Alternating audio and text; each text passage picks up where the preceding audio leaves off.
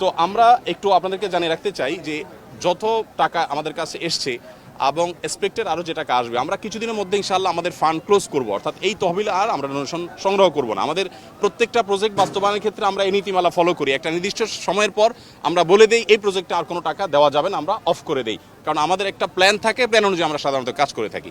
তো এইবারে আমরা যেটা আশা করছি যেটা করব সেটা হলো খাদ্যে ইতিমধ্যে আমরা 30 কোটি 73 লাখ টাকা খরচ করেছি, যেটার মধ্যে 2500 মেট্রিক টন চাল আমরা 4 তারিখ থেকে বিতরণ শুরু করব।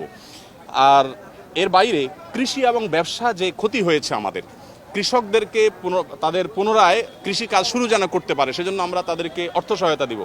আমরা আসুন্না ফাউন্ডেশন থেকে ক্ষুদ্র ঋণ, সেটা আপনার সুদমুক্ত হোক আর সুদযুক্ত হোক, কোনোভাবে আমরা সুদ ঋণ দেই না, বরং আমরা সম্পূর্ণ ডোনেশন দিয়ে তাদেরকে দাঁড়াবার জন্য আমরা সহায়তা করি।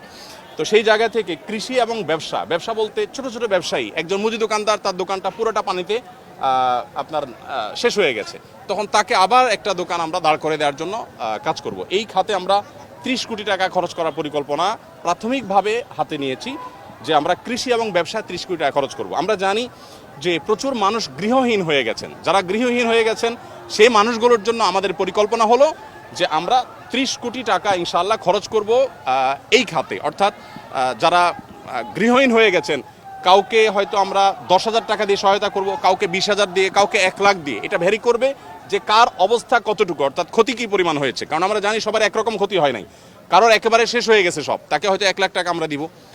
1 লাখ টাকা বলতে 1 লাখ টাকা আমরা একসাথে দিয়ে দিব না, তাকে একটা নির্দিষ্ট সার্টেন অ্যামাউন্ট দিয়ে বলবো এই পর্যন্ত আপনি কাজ নিয়ে আসেন, তারপর আপনি দ্বিতীয় কিস্তি পাবেন, তারপর তৃতীয় কিস্তি পাবেন, যাতে করে টাকাটা পেয়ে গরিব মানুষ নষ্ট করে না ফেলে। এবং সমস্ত টাকা আমাদের অনলাইনে আমরা দিয়ে থাকি, মোবাইল ব্যাংকিংয়ের মাধ্যমে। নগদ কোনো টাকা আমরা সাধারণত দেই না, কারণ এখানে ট্রান্সপারেন্সির যে জায়গাটা সেটা তখন পরিচ্ছন্ন থাকে, কারণ যাদের মাধ্যমে আমরা দেবো তারা তো ভলান্টিয়ার, তো কারোর কাছে আমি টাকা দিব সে আবার হস্তান্তর করবে, এটা আমরা করি না। আমাদের যে বেনিফিশিয়ারি তাদের যে ডিটেল, সেই ডিটেল পাওয়ার পর আমরা সেই ডিটেল অনুযায়ী তাদের কাছে আমরা পাঠিয়ে দিব অনলাইনে মোবাইল ব্যাংকিংয়ের মাধ্যমে।